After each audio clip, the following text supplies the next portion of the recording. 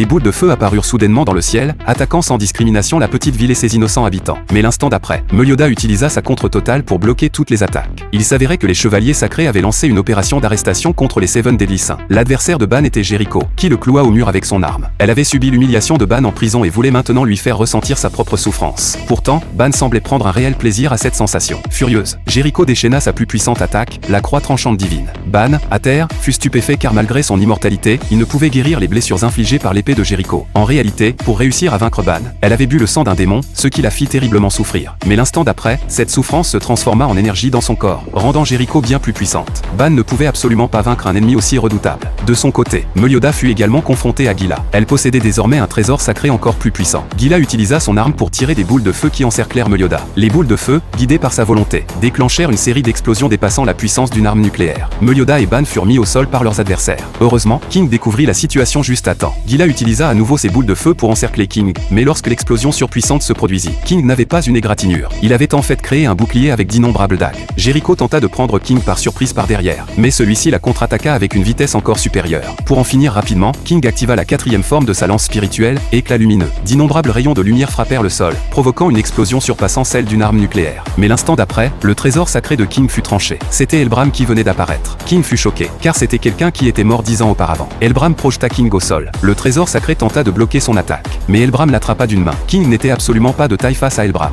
La lance spirituelle se divisa à nouveau en d'innombrables dagues, mais Elbram les para d'un simple geste de la main. Il abattit son épée sur King. Les Seven Deadly Sins gisaient tous au sol, incapables de se relever.